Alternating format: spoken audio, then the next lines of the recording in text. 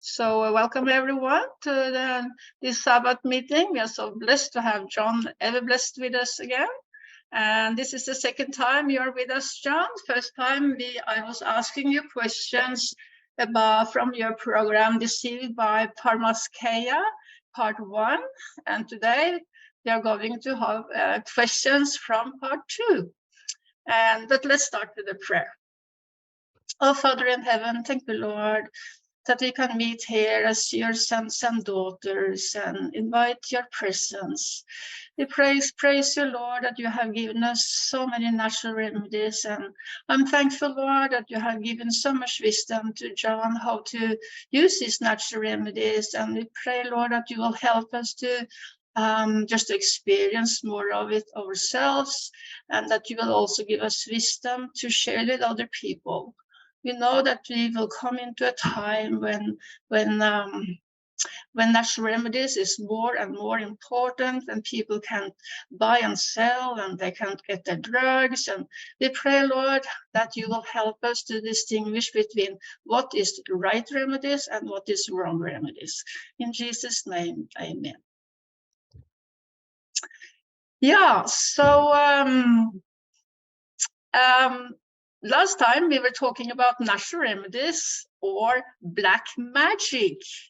Wow. And today we are going to continue, and we call it natural remedies or Pharmakeia. So one of those two works with nature, and one of them works against nature. So what works with nature, John? Well, that's a really broad question. What works with nature? Nature works with nature. It's just whatever God has created, that works for our health and healing. Whatever man has touched typically distorts our health. Right. So when it comes to the 8 natural remedies, which we are very familiar here in this group, and you also were talking about much on your program, the first program we had, you are saying something about sin energy. What is that? Oh, synergy is all the different, let's just take New Start, all of those working together in harmony. And humans seem to work on the on addition, while God seems to work on multiplication. Remember that part in Deceived by Pharmakeia 1, was it 1 or 2, where they took draft horses, and one draft horse could lift, say, 2,000 pounds. I don't remember what it was, but you put 2 draft horses together and they can lift 3 times as much, not twice as much. And it goes on from there. We don't understand it, but God does. So try to use all the 8 natural remedies. Just don't just exercise, even if exercise is good. Just don't just eat healthy. You have to have the combination of everything. That would be the best for us. Oh, yes. Ellen White said that, we're supposed to get as much sunlight as possible, she said. But she says that exercise and useful labor taken outdoors, you get 10 times the benefit 10 times the benefit of working indoors. So we got to get outside. That's synergy. Right. All things working together. So let's talk about the sunshine. I saw this program with you today. I mean, guys, you have to look at the sunshine program. It's so interesting. How long do we actually need, or what's the best time for us? How long should we be out in the sun every day to get all the vitamin D and all the healing power? It's a very simple answer. You're probably going to be disappointed with it, but we need as much as we can get. According to Ellen White, she said, I need all the sunlight I could possibly get. Adam and Eve were placed in a garden in the sunlight all day, every day, naked. so that all these healing properties around them absorbed into their bodies. I'm talking the ideal here. Obviously, we got to do that in private, but. So are you living in a sunny state? Not particularly, no. We get seasons here. Okay, so how much are you managed to be out every day? I mean, not nearly enough. Not nearly enough. I started a couple months ago, determined to get out in the sunlight as much as I can. That my garden and my lawn and my yard was my health care.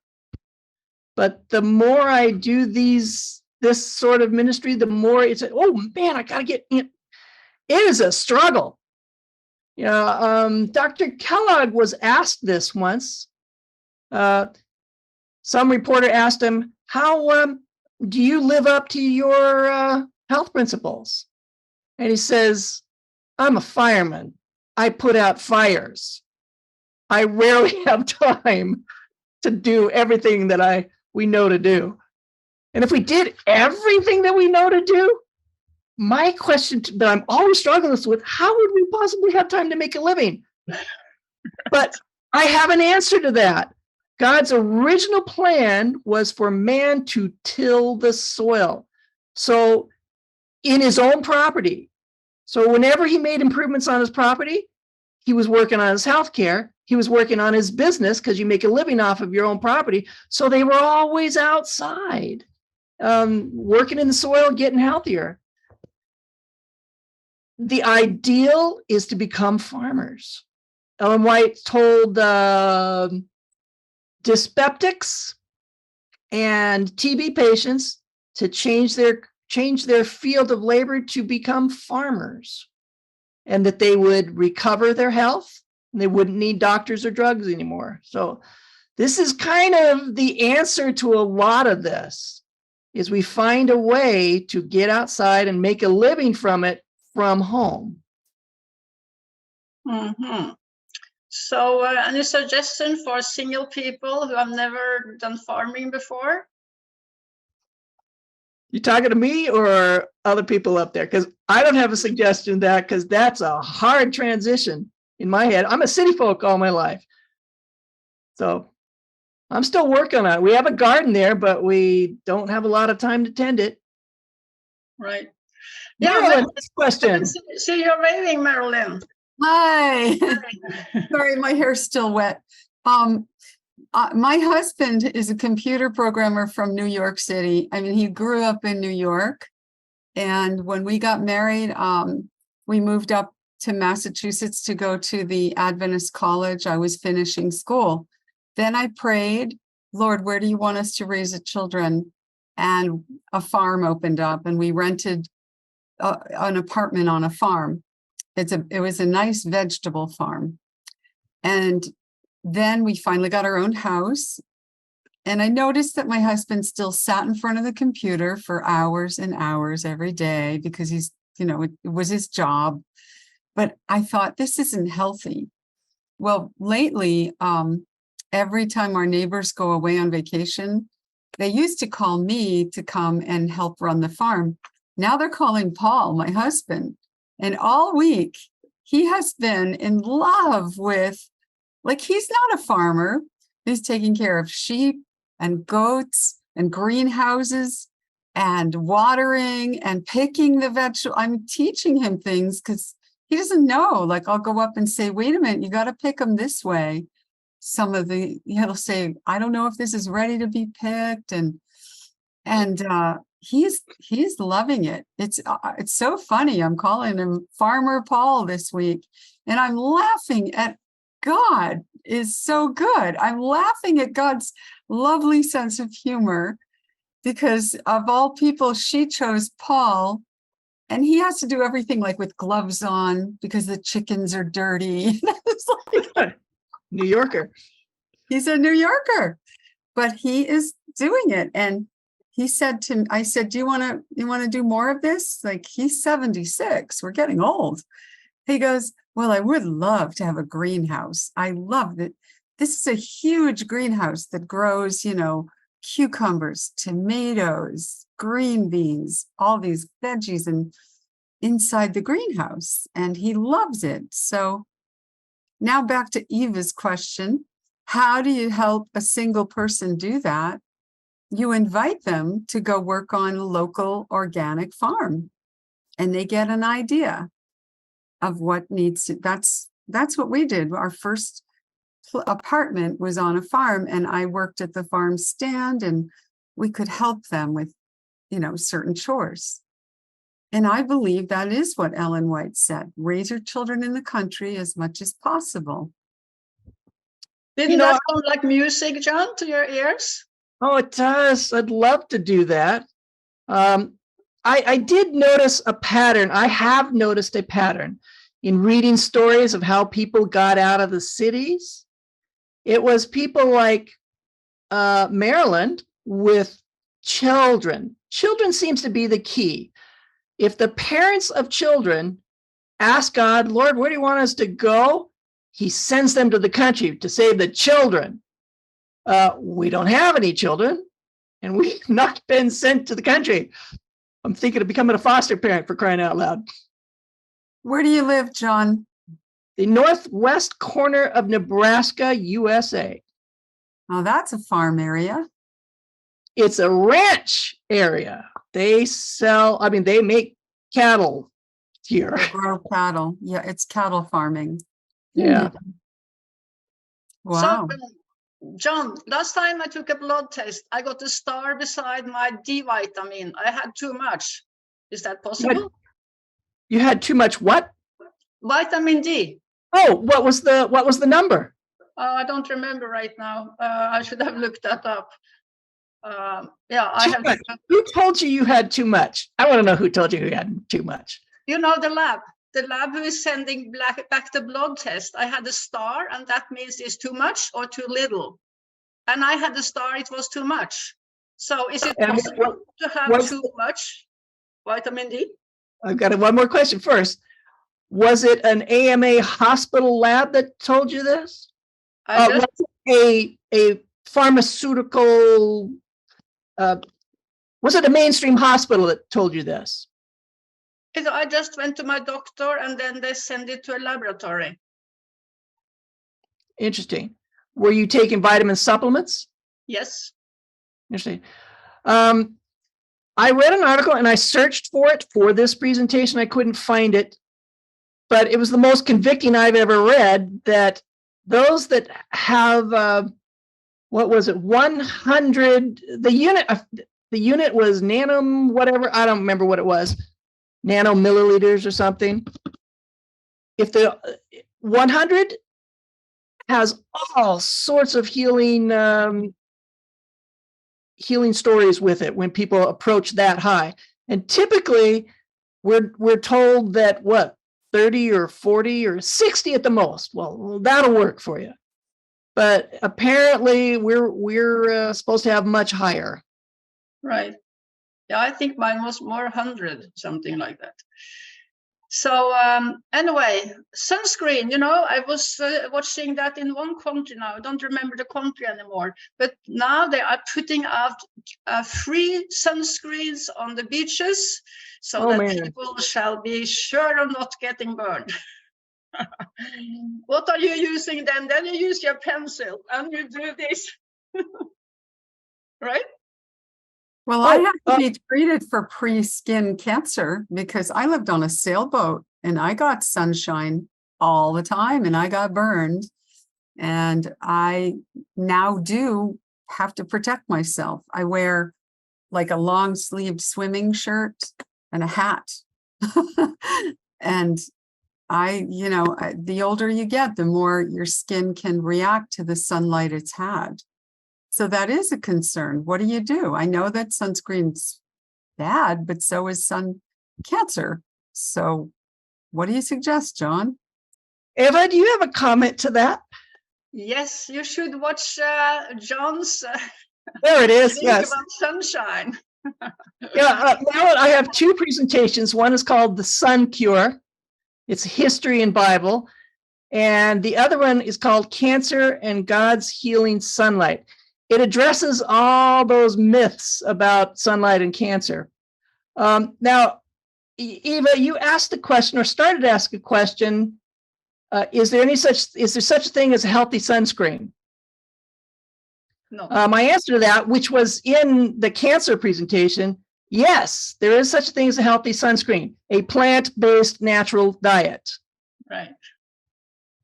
And you'll find in that cancer presentation that when they at least the people that I had quoted on there, when they switched to a plant-based natural diet with no GMOs, etc., they didn't burn anymore.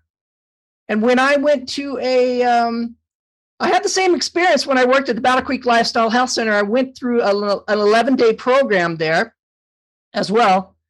And I discovered that I didn't burn either after that. I didn't even turn pink when I was in the sunlight. Just 11 days on a healthy diet. Amen. So Yeah, it seems like everything we are learning is opposite. Just like when you look at the news, it's probably just the opposite of what you're hearing. You cannot believe what the world is saying. You have to go to what is the Lord saying. Right. And the Lord hasn't given us the sunshine to destroy us. Yeah, He has given it to heal us. I cannot, I still burn. I've been on a vegetarian healthy diet for years. And so even more than 11 days. And if I go outside and I go for a swim at the wrong time of day, I have to make sure I go to I love to swim. I swim across a lake. I love to swim, but I can't go in the middle of the day or I will burn. And if I let one part of me get exposed, I will burn.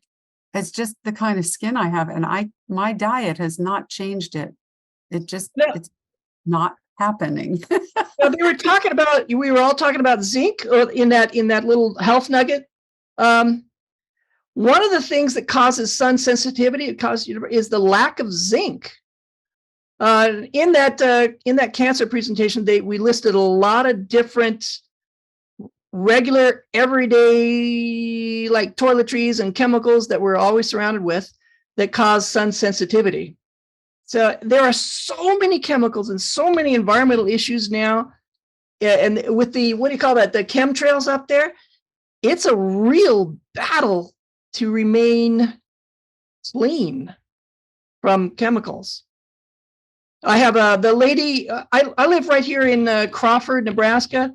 And this is the home of Charcoal House. They're the largest health charcoal distributor in the world, last I checked. And they're Adventists. The proprietor, his wife, takes charcoal every day with meals, just a teaspoon of charcoal every day, just to help cover all that chemical infiltrates. But John, I heard, I think it was Agatha Trash who said if you use too much charcoal, it can actually absorb some of the nutrients we are eating. So where do you find that balance? Yes and no. The answer is no, it doesn't. It's a myth. However, the reason why there's confusion is because there is such a thing as synthetic vitamins. Those get absorbed because the body is intelligent, knows what's supposed to be there and what's not. There is a difference between real vitamin C and synthetic vitamin C. Does that make sense? Yes, absolutely. Yeah, anyway, I got that information from Charcoal House when I worked there. Oh, that's interesting. Yeah, I love charcoal. So moles. My mom, she had a lot of moles on her stomach and her back. And she said, oh, that's because I have been a sun worshiper. No. No, Eva, that's wrong.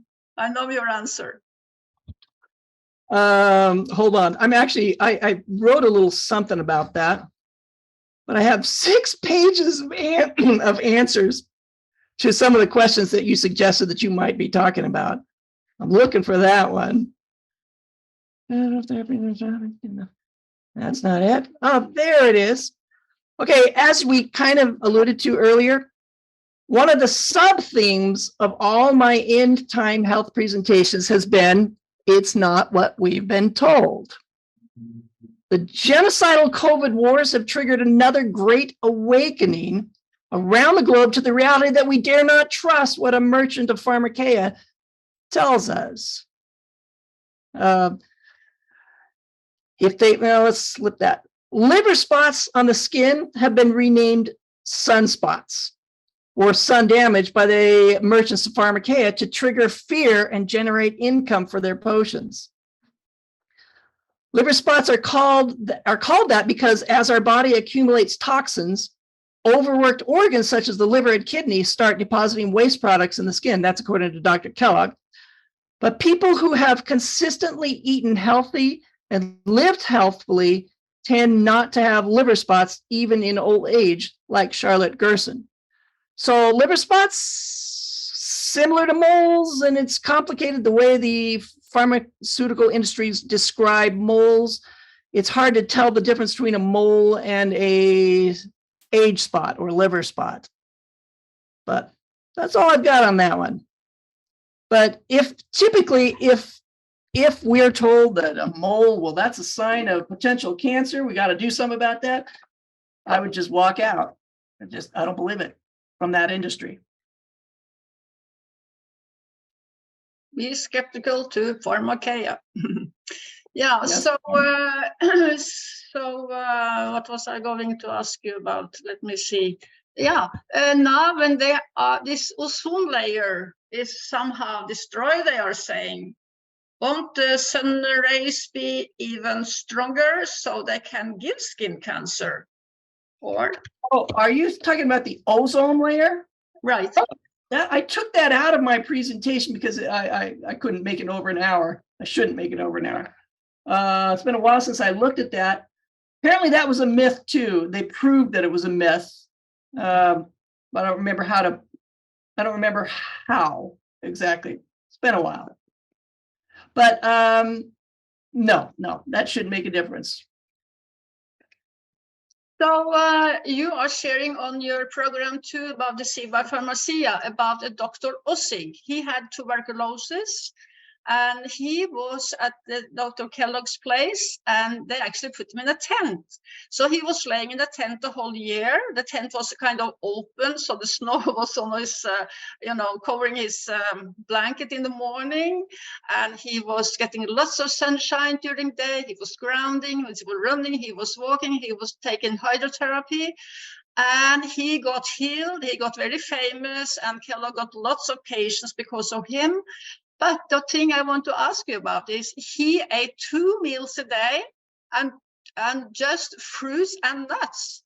And how can we get enough calories on just fruit and nuts? And how can we get all the nutrients the body needs? I mean, I don't manage to get all the calories I somehow need to put on weight. Yeah, fruit doesn't do it for me either. Even when I mix fruit and nuts, it doesn't hold me for heavy labor. This guy did, but he was a young doctor. He was there more than a year because he lived there. He was a medical student there at Battle Creek. I don't really know why, but this is what I suspect, that as the body becomes more fit, the uptake and use and storage of nutrients becomes more efficient. The body may require less nutrients in such a scenario. And Eden Part 3, which you haven't seen yet, kind of verifies that. So eating at consistent regular intervals also makes nutrient uptake more efficient as well. According to Ellen White, if it's regular, if your meals are regular at the same time, then the body has a chance to actually prepare for it because he knows it's coming. It knows, start making these juices or whatever. Couldn't find that quote today either. But it's more efficient that way. The body prepares itself to receive and process the meal. Ellen White said that exercise is necessary for digestion, and exercise normalizes the blood sugar and makes that more efficient. So this is just my theory. I haven't really fleshed that out. I have a good friend. She's living in Canada, and she's a nutritionist. She's a blood microscopist. She's a nurse. Anyway, she has been living on just fruits and nuts and sprouts and greeny leaves for I don't know how long. And she says it's perfect. She's thin, but she's not as tall as me. But anyway, she is has so much energy, and it works very well for her. So maybe it's different from different persons. Maybe. Oh, hey, here's the thing for Marilyn. Marilyn, you hear me? Yes. Okay. I remembered something. You didn't see the presentation on the sun cure, but in it, there was a sun cure clinic during the war on TB where they cured all levels of TB, end stage. They cured it. And everybody that came to that clinic was sun sensitive. By the time they were done getting used to the sun, just by little increments, they were able to be in the sun all day long. But it involved detoxifying them, fresh air, sunlight, vegetarian diet, and they were up in the Alps, in the Swiss Alps. Whoa. But if we stay out of the sun because we burn, then we're going to have deficiencies. So he proved that it can be overcome just by actually spending a little bit of time in the sun, 5 minutes to the feet he started with.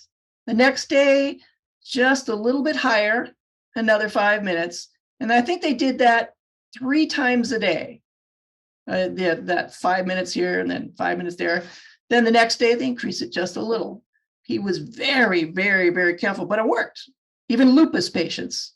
And the mainstream medicine establishment tells us, no, lupus patients have to stay out of the sun. Well, no, most of the patients up there had lupus. Lupus is just another manifestation of TB. Oh. Wow. I have a garden and I go out in it every day, but right now we have ferocious mosquitoes. So do we. Every time I'm out there, I come back, and even if I thought I protected myself, I've got like bites on my ankles, arms, they love me. What do you do about the ferocious mosquitoes? Well, how about this? I've been praying to God about that. Lord, you told us we need to get out in the sun, and yet the enemy has filled this place with mosquitoes. Yeah. I'm asking this group this question. Would it help, because I've not done this yet, what if we claim the promise, I will contend with them that contend with thee? And I will save my children. Yeah, I like that promise. I will save the children. But this is, we can't let, does God really expect that? Does he allow that mosquitoes can thwart the sunlight? Yes, Ellen White wrote that in the last days that the insect population would get worse and worse. And she wrote that there was nothing, I remember reading it just last week, there was nothing wrong with killing them, with destroying them if we do it, and we can do it responsibly and healthfully and not toxically. But she said, these are pests. They're part of the pestilence we cannot get rid of as the end times come. Oh, I see Lida. Lida? How do you say your name? Lida? Mm-hmm. Hi, Lida. Nice to see you. Hi, happy Sabbath. Yeah, there's 2 things that seems to be working with mosquitoes. One is you can get this oil with Johnson & Johnson just at the local drugstore, and it's an oil, like it's got vitamin E. It's like a baby oil. Oh. And apparently that really works against mosquitoes. Is it like Skin So Soft? Is it like that? I think so, yes. And then what we use is an essential oil from doTERRA called TerraShield. And I put it in a little spray bottle with some water, a couple of drops of the TerraShield, and the mosquitoes, they don't bother me. And I'm pretty much outdoors all day long. And I have no problems with them. Where do you live? I live in Banesville, Ontario, Canada, Okay. which is right on the St. Lawrence River. Uh-huh. And they are very ferocious here too. Can you That's spell? Can you spell that formula that you said? Terra Terra, Shield. Terra, it comes in a little bottle from doTERRA essential oils. Oh, there it is. And Terra Shield. Yeah, Terra Shield. So I put a couple of drops and then I put it in a spray bottle with some water and spray it all over, and or I can just slather it wherever, you know. Excellent. Hey, So you that know, really works. I noticed something in my backyard here in Crawford, Nebraska. We don't have personal trash cans that get picked up by the trash company. We have dumpsters, and they're in everybody's alleys, and everybody shares these dumpsters. Well, during the summer, I just noticed it when we had this huge mosquito infestation. When the neighbor puts in his grass clippings and just fills this thing, that is a magnet for, I mean, thousands upon thousands of mosquitoes are found in that dumpster, keeping them away from me. Oh, So I'm wondering if that is an interesting little trick I can exploit somehow. Yeah, before you were talking, Anita, I was going to say this probably some kind of essential oils. I just learned that against ticks, you know, I have not liked to go barefoot because of the ticks. So, but if you use a tea tree oil or lemongrass oil, or I think it was lavendel, if I remember right, they don't like those smells, so they don't attack you.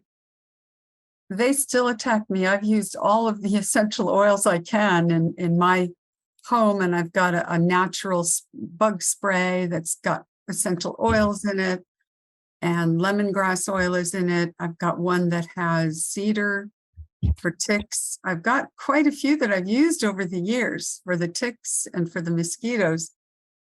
And they're not 100% effective. They're okay. They help a little, but it doesn't mean that they're not going to still bite you. Well, Marilyn, you know, everyone loves you. That's it. The bugs like me. The ticks, the mosquitoes, they love me. Oh. Hey, about ticks. I was working at a lifestyle center in Missouri, and the proprietor told me in this tick-infested Missouri that the ticks don't bother her anymore. She attributed it to her consistent use of eating garlic. Thought you'd say that. Really? Why? Because I used to live a country life and everybody ate garlic and they smelled horrible, but they lived on garlic, and they, you know, maybe it does help. I just, you know, I think it's good. I eat garlic. I don't know. I think you'd have to eat enough garlic that it actually exudes out of your body. Like And my daughter, who wants that? bedroom, she was getting sick one day and she just swallowed 3 cloves of garlic.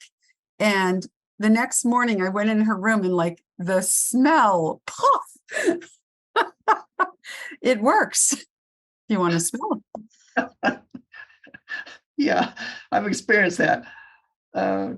Layla, your hand's up. Ja, jeg har lest for en stund siden angående kylokk, som er laget Laila, av fermentert hvitløk. Laila, do you think you can speak English, please? Oh yes, excuse me. For a time ago, I read about kylokk. It's made from fermented garlic. It's much stronger than regular garlic, and if you had that and eat that, they said that the mosquitoes don't like you, and not either what do you call it?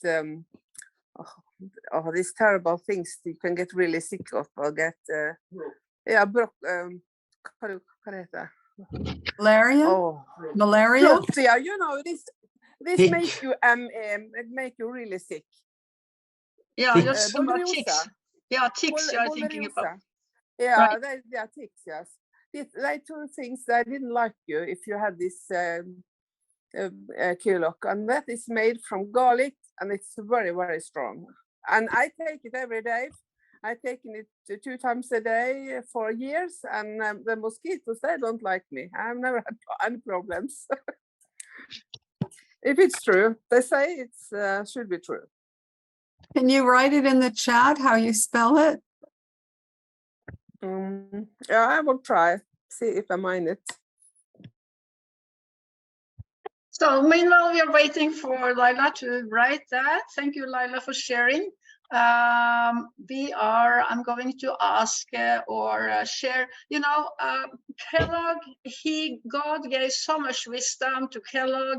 He had so many experiences with the healing power of God's natural remedies. And then he dies. Which year, anyway, John, did Kellogg die? He died at 91 in 1943. Okay. Sorry, my speaker was over there. 1943. Okay, so he actually lived when they found out antibiotica. Antibiotica was discovered in 1928, and but they didn't start to use it before in 1940. So God came with truth. The enemy tried to destroy the truth, right? Yep. So and antibiotica has been called a miracle drug. But what are you saying? Is the Lord saying? What is side effects? So can you please explain some of the side effects? Well, I'm going to address this other thing first that you just mentioned. Called it a miracle drug. Yeah, they got away with calling it a miracle drug because they swooped in right at the peak of the Adventist health reform. When Ellen White died and right after Dr. Kellogg died, they swooped in and tried to take the credit for with antibiotics. They swooped in with antibiotics, tried to take the credit for health.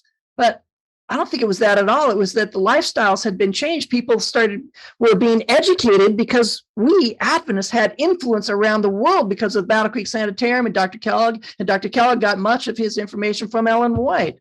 So just like they did with vaccines, and I've seen chart after chart, graph after graph, where vaccines were introduced right at the very end of the life cycle of TB or some other infectious disease.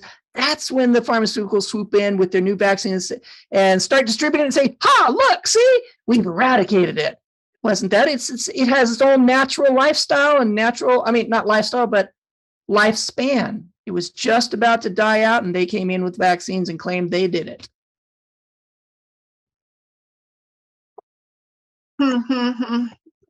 So what's the side effects of antibiotics?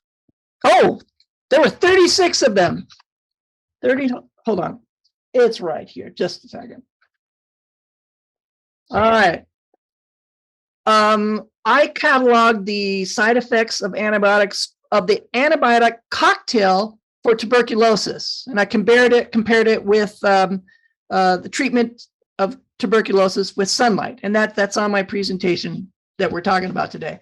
So we'll review those 36 for that antibiotic cocktail. Number 1 was nausea or vomiting, which would have said to us right away, this is not supposed to be in the body. Dizziness in any position, sore throat, headache, pain in lower chest or heartburn, flu-like symptoms with or without fever, fevers or chills, shivering, severe tiredness or weakness, loss of appetite, skin rash or itching, bruises, nosebleeds, bleeding gums. Really? Difficulty breathing. Isn't that the real point of TB? One of the side effects is difficulty breathing. And we find that over and over in all sorts of drugs. Pain and or tingling in limbs, muscle and bone pain, blurred or lost vision, eye pain, seizures, depression, mood or mental changes, severe diarrhea, brown urine, and greatly decreased frequency of urination or amount of urine, which is basically kidney failure, and jaundice, liver failure. That's the ones I've cataloged so far. Whoa. Whoop. We got a question here from Bettina. What do you do with urine infection and if we shouldn't use antibiotica? If you can find another way besides, I wasn't prepared for that one, but urine infection,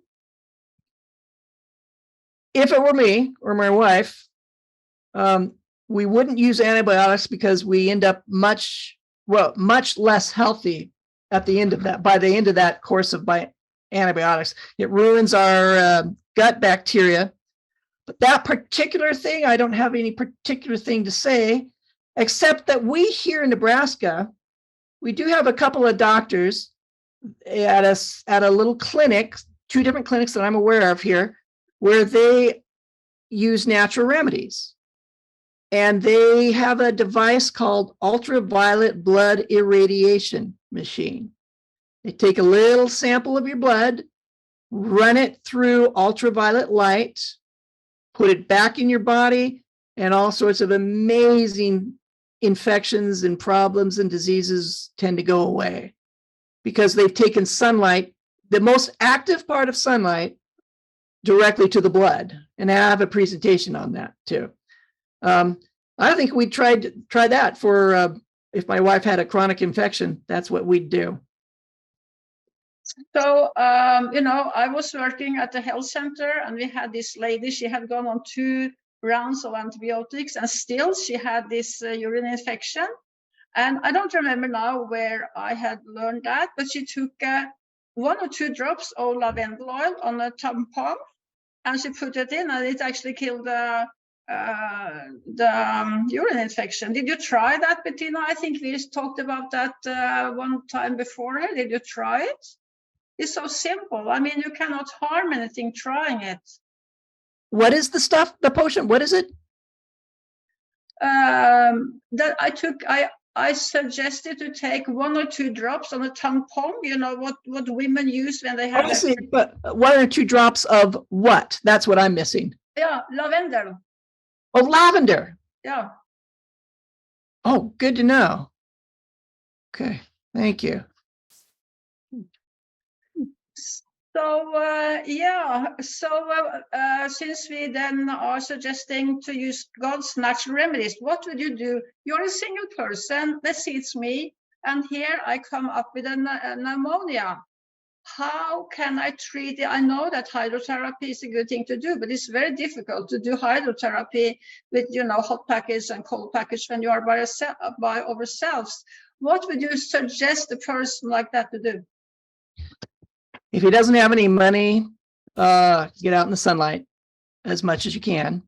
But I did some research on that this week after getting your list of questions. And I went through all of my books on sunlight, and I got a lot of them. Antiques from the 1920s, 1910s, to all the modern books, etc.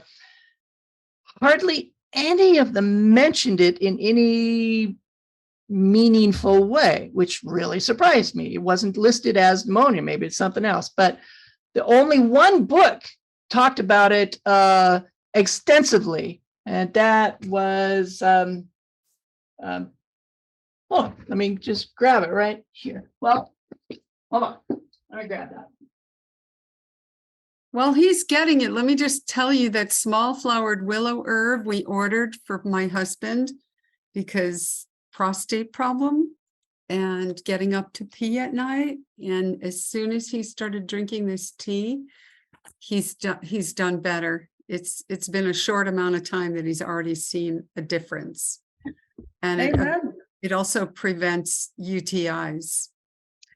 And guys, since we are talking about herbs, I can advertise for the program tomorrow. Then we are going to have a herb specialist with us, Lee Borland. So he will start to do some programs with us too. So yeah, well, thank you for sharing. That was a blessing to hear that he has experience with that herb. Yes. Could you please show that package, this herb again, so I can small flowered willow. Okay. Yes. Thank you. So I can see Bettina was sending a question in the chat. I cannot really see the chat here because I'm, yeah, there I The can question see. about red and near infrared light, can that help if you don't get a lot of sun? Okay, I'll address that. And then I'll address this too, because they're kind of the same thing. We had, I have a couple of friends, a massage therapist, and a stay-at-home mom. This last year, they got very, very, very bad cases of pneumonia that just hung on and hung on. We brought both of them here to my light therapy room, and I had created a horizontal light bath. I own a Dr. Kellogg light bath with 50 incandescent bulbs in, but I put one in my closet with just 6 heat lamps, white, clear, 250 watt heat lamps. It had near infrared, far infrared, mid infrared, and bright light. Kellogg demonstrated that heat received through incandescent light was far more penetrating, and he proved it, showed it. So I used these heat lamps over a massage bed in my wide closet there. And one of the ladies laid down in there for the first time. She was so sick. She was in there for about 10 minutes. Oh, she was in there a lot longer. But in 10 minutes, she said, "You're going to have to pry me out of here," because she loved it. She came back for another one. It helped her symptoms. It helped her to breathe. It helped her to cough out sputum. So her husband and I built one around her bed that she used as long as she was feeling sick. I believe she could have been healed a lot faster had she just kept her windows open, but she sealed up that house, which is the last thing you want to do when you got a lung issue. That was near infrared, and you're probably asking the question of LED. Whoever asked that question, were you talking about LEDs, near infrared, and that sort of thing, that sort of light therapy? Who was that? Bettina, can you please explain a little bit more?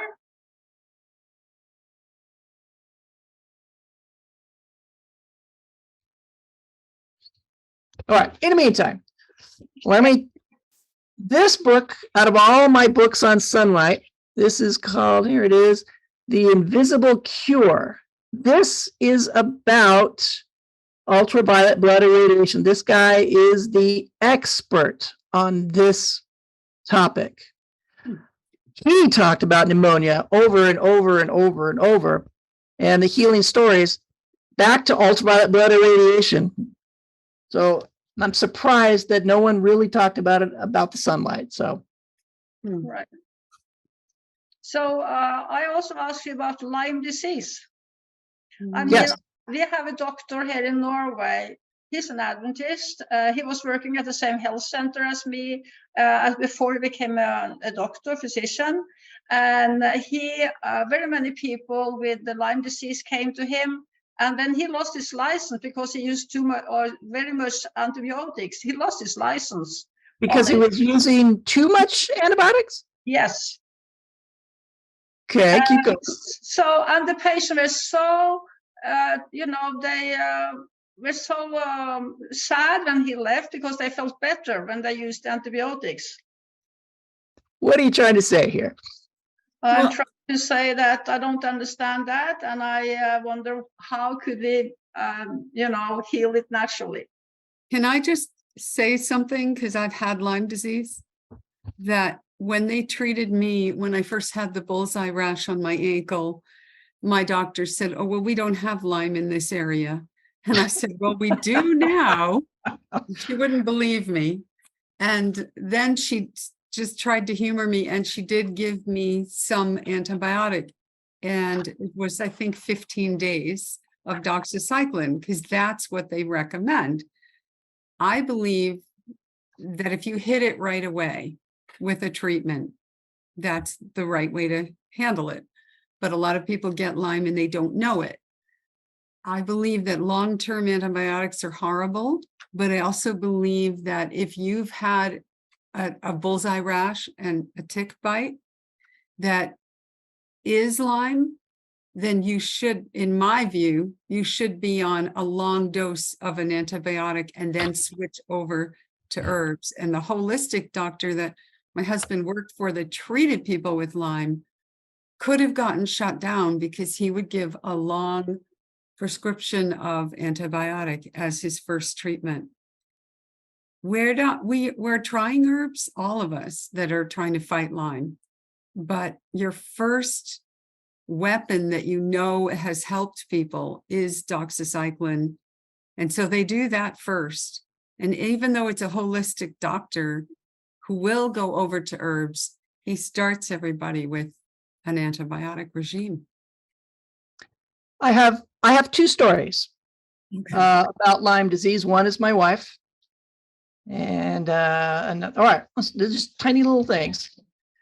My wife, Susan, she was 45 years old at the time. She was experiencing exhaustion and fatigue for a week before finding two classic palm-sized bull's eyes on her abdomen from tick bites. We were in Missouri. We weren't eating garlic. She received 2 ultraviolet blood irradiation treatments from the proprietor at the Lifestyle Center, who was also our landlord, via IV at about a week apart. So 2 ultraviolet blood irradiation treatments, because she bought her own after I gave her the presentation on that. And my wife also drank a natural antibiotic mix of 1 lemon, 4 to 6 cloves of garlic, and 6 ounces of water blended 3 times a day for almost 3 weeks. The fatigue was gone within a week after the UBI treatments. The bullseye persisted for about a month. No symptoms ever returned. That was the first story. Number 2 story, Dr. Tent, I was watching his live presentation in Michigan. He's an Adventist chiropractor into all sorts of health. He interviewed one of his patients publicly on this televised program about her severe long-term confirmed Lyme's disease. Now, the merchants of Pharmakeia had been treating her Lyme's disease unsuccessfully for about 2 years and had been charging her $27,000 a month for 2 years. Dr. Tent, when he got her as a patient, put her on citricidal supplements. She was cured completely by 3 bottles at $9 a bottle. And the lady told her story right there in public on the stage while all of her other patients were watching. 3 bottles of citricidal at $9 a bottle versus $27,000 a month for 2 years by the merchants of Pharmakeia. God has provided a better way.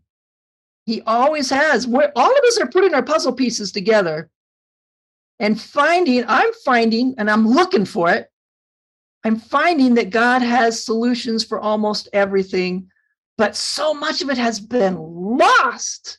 And anyway, so Ava? Amen.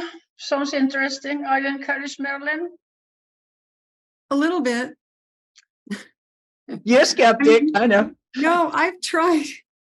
Listen, I got Lyme in 2005 and I still have joint pain and I've tried everything. After a while, you just get tired of people saying, well, I did this and I'm fine. And you're like, well, I tried that and I'm not. I mean, there's a reality of, for me, trying things. Okay, so there's the Vital Plan that I tried, which is an herbal doctor, and Dr. Bill Rawls, and he has 4 bottles of herbs that are synergistically working together. And I did that for months and months. And then for other months, when I couldn't afford that, I just did cat's claw. I did Japanese knotweed. I did tinctures. I went to an herbalist all the way up in Vermont. I went to different holistic doctors. I did oxygen therapy. I did an IV therapy that cost some money. It was right out of pocket. And that was a mixture of glutathione and vitamin B and vitamin C. I've done all the things that I can afford to do. And then I just said, you know what, God, if you want me to die, just let me die. If you want me to live and thrive, give me something out of my own backyard that I can afford. And I'm not going hither and yon and trying to find a cure. And if I have joint pain, so what? I'll live with it. But I cannot seem to easily do one treatment and find it. Where I have an infrared sauna in my house too. So I have been diligent in trying to cure Lyme. And I still have the residual, like, thank God I do have my brain. I didn't get some of the effects that people have told me, but I still have joint pains. And I feel like this is just, I feel like I just have to claim that God is saying to me, my grace is sufficient for you. And my strength is made perfect in weakness, and you can serve me. And don't worry about it. That's where I'm at right now, because all my attempts at getting well didn't seem to really take away the joint pain that I have. Yeah. So did he point to anything in your backyard? Did God? Well, it's kind of funny, because I think that when God shows us something at first, to us, it's rather amusing. I don't know about your experience, but mine is like, really? And so Japanese knotweed grows everywhere. And so my husband pulled some of, it's not easy to pull up. It's like bamboo under the ground growing sideways. You have to get the roots up in the spring. And we made a tincture of that. And we thought, well, we could try that. I don't test positive for Lyme anymore. I just have, like, I could take a remedy, but I don't know if I actually have Lyme or if it's just the joint pain is left over from having Lyme. But the other thing that God showed me is lemon balm. It's for depression, actually. And it grows in half of my garden. It's just taken over. And I can make a tea with lemon balm. So as far as what's in my backyard, those are the main ones. The Japanese knotweed, we call it JKW, and it grows everywhere. And lemon balm is very prolific. And God is trying to say to me, the remedies are really within reach. You know, you can try things right here. But do you think, Marilyn, even if the Lyme, if God has healed the Lyme, and you still have this arthritis, you are eating a healthy lifestyle, you are doing, the 8 natural remedies. I have a friend, and she went after a smart meter came into the house. She has so much arthritis, so it couldn't be, So could it be that the EMF actually is doing this to you? Do you think that, John? Oh, let her answer there first. Do I think it's the EMF? Well, we don't have a smart meter here. And in fact, when we've hosted for Chinese and Korean students, they don't like to stay here because the Wi-Fi doesn't reach their bedroom. And we turn it off at night. So I don't think that's it, because our house felt like it was protected. I can't even explain it, but we just, we're not as exposed as other areas. And I think I have a hereditary thing. I think genes, I know that Barbara O'Neill says lifestyle pulls the trigger, genetics loads the gun, lifestyle pulls the trigger. And yes, that's true, but genetics is a very strong thing. And my father had arthritis as a boy, like in high school, and couldn't go to school for a year. And my mother had another kind of thing which was Sjogren's. So I think I inherited some of it. And I don't know if inherited genetic tendencies can be cured, but if you looked at all the things I've tried, you would understand that after a while you just say, I'll live it out. I've tried so many types of remedies. It's not a perfect life. I'm just gonna wait till, when Jesus comes, we get a new body. And meanwhile, let me serve him in the capacity that I have. That's how I see it. Yeah. Yeah, well, God bless you. I know that you are doing a great mission work, Marilyn, with the aches and pains you have. So, yeah, it's not everything we understand. Time is running. Wow. I have so many more questions. What do we do about that, John? I want to ask the next question. Can you please share the letter to Kellogg about Freemasonry? What was that all about? You read that on my presentation, right? Yes. Mm-hmm. I mean, it was a long letter. It was, I did copy 3 paragraphs of it. It doesn't say that much more.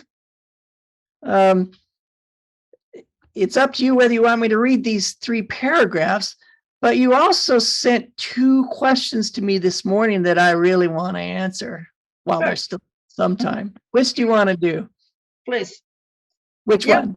Yeah, what was I asking you about? I was asking, yesterday or the other day, I met a lady when I was out walking, and somehow I was going to share that I was going to interview you about the Pharmakeia, the seed by Pharmakeia, and and then we talked a little bit about drugs, and she said, well, I'm working in a nursing home, and people get older now than ever before, and that's because of the drugs. So I didn't start to, talk to her. But how would you answer that question? Yeah, I quoted you here. I have your thing here. You said, she told me she was working in a nursing home and that people have never lived as long as they do now because of the drug.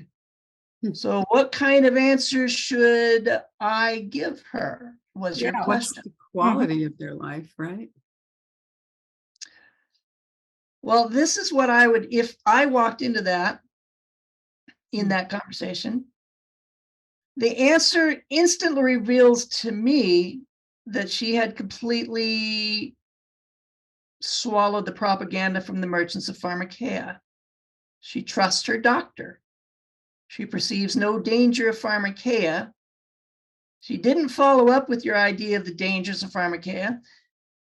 She seems to be, at first hearing, seems to be a true believer, and that sort of thing. She cannot really be reached by a casual encounter on that.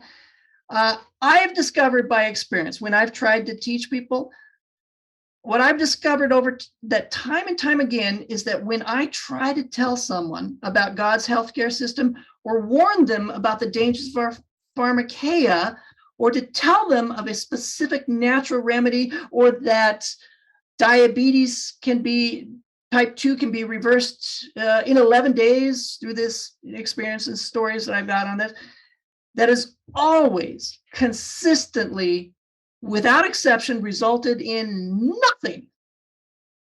They just ignore me. I gave them my best gems, but it made no difference. However, my microphone's way over there. The only time that I, as a non-doctor, am perceived as having authority to speak on health is when I'm in a suit at a pulpit showing an historical biblical PowerPoint presentation where I lay out all my well thought out links in a long chain of evidence. If I use man's science at all, it will be only that science which is in harmony with the Word of God, and only to vindicate what God has already revealed. Other than that, nothing has ever worked, even if I give them my best gems. It does not work when it is separated from the chain of evidence. So, unless the person I'm talking to has shown an interest in hearing my point of view, I have learned to keep silent. You know the old saying, a man convinced against his will is of the same opinion still. Yes. I've never been successful with cold contact from scratch conversation with the stranger or even a church member. Pharmakeia seems to be a religion to the world. So to speak against it is not really our best entering wedge. So making that long story short, I would keep silent at that point because I found it to be futile otherwise, unless they're actually interested in hearing about it. I mean, you know that the world knows that all drugs have dangerous and serious adverse reactions, right? Mm-hmm. Yet it doesn't seem to register with them. So to tell them about it has proven futile, at least in my experience.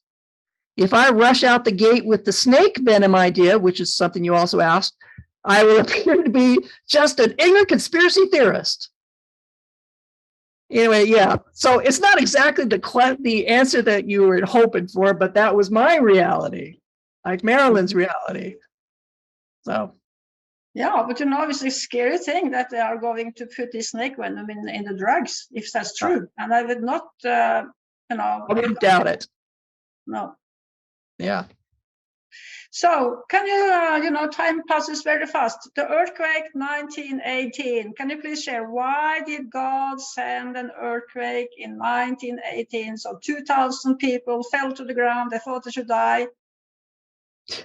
He sent the earthquake right at the moment where the main guy, Mr. McGann, P.T. McGann, I think it was, when he was up to speak for his dedicatory speech of the White Memorial Hospital, he was the guy that was most responsible for pushing accreditation of White Memorial Hospital and Loma Linda. It was at that point when a lot of people were talking about when he got up, that's when the 6.8 earthquake happened, throwing them all to the ground. The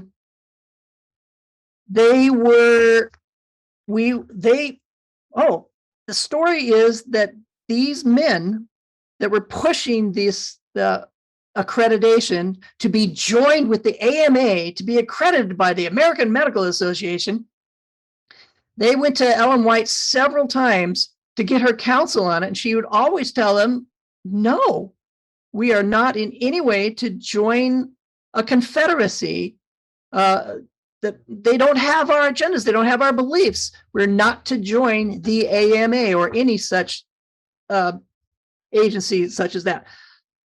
Around the third time I gathered, they came back and asked, well, we really tried. How do we get approval by the AMA? How do we get accredited? They don't seem to be giving us a good grade on it. What do we do? She listened to it on the third time, and then she stood up, turned around, walked into her bedroom, and closed the door. They hadn't been listening. They had been getting counsel from a prophet of the Lord, and they just kept refusing to hear it. So God shut it off. Soon after that, the brethren agreed, let's just go full force, do what it takes to be part of the AMA, to be accredited. And that's what that 1918 White Memorial Hospital dedication was about, was officially, the Adventist Church was, and the medical system was officially becoming part of the AMA. And thus the world gained control of all of our institutions. It's a long chain of events, which I lay out in Deceived by Pharmakeia Part 2. And That not answer- only that 2,000 people fell to the ground, but 58 miles, I believe it was, from this hospital, Loma Linda was, and that the house was cut in two. Oh, yes, their main building of Loma Linda, the College of Evangelism, something like that. The top story, which was the fourth floor, split right down the middle, and the whole building moved a couple of inches off of its foundation. They eventually had to take down the top two floors, and all the chimneys on the sanitarium fell down. And I was right in that area in 1968, 69, where I was between La Sierra and Loma Linda, and we had a 6.8 earthquake there. And it was the most terrifying thing we'd ever experienced. You know, all the hills, we were in a hilly place. The hills and the trees were just going up and down like they were on an ocean. It was horrifying. But God did not kill anybody in that at White Memorial or Loma Linda. He just made a statement. But how will it go in the end? Revelation 18:23. Be a little more specific. What do you mean? With all those who are working with Pharmakeia. Oh, that's a horrifying statement to address, isn't it? It is. If Serious. we're warned in the scripture about the deceptions of Pharmakeia and we ignore it, then we kind of set ourselves up for disaster. I mean, there were just volumes and volumes of warnings from Ellen White about the use of Pharmakeia. That's why it's so heartbreaking when you see what's happening now. 1918 was pretty much when we what was I going to say on that? When we made it official that we rejected the health message. Yeah, that was it. Yes. And it's been downhill ever since. So right now, we grassroots movements, it's our task to pry that health reform out of the teeth of Pharmakeia and bring it back. Start supporting it again. Amen. So what is connection with Pharmakeia and the national, the mark of the beast? What's coming? I believe that the deceived by Pharmakeia, that the whole Pharmakeia thing is the entering wedge to, actually, I've got this written down here. No, I'll just wait. It's the entering wedge. What we have seen during the COVID wars is that what they're willing to do for us, I'm having trouble pulling this back up. Now, why is that? It was this, what they created was a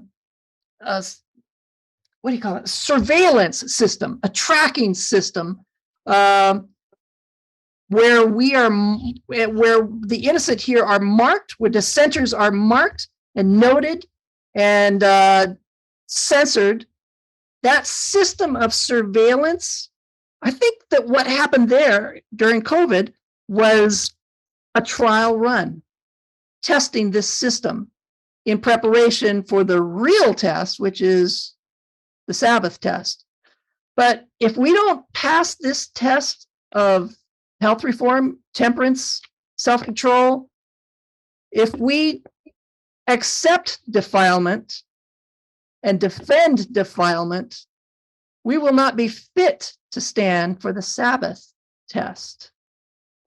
We will not be able to stand for the Sabbath test. We may not even be alive by the Sabbath tests if we've taken what they were given during the COVID crisis.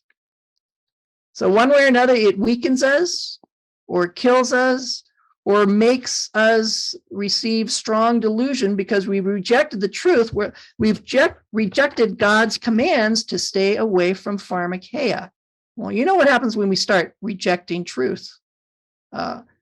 We tend to reject other truth and other truth and other truth. Soon we can't even decipher truth. Anyway, that's my thought on that.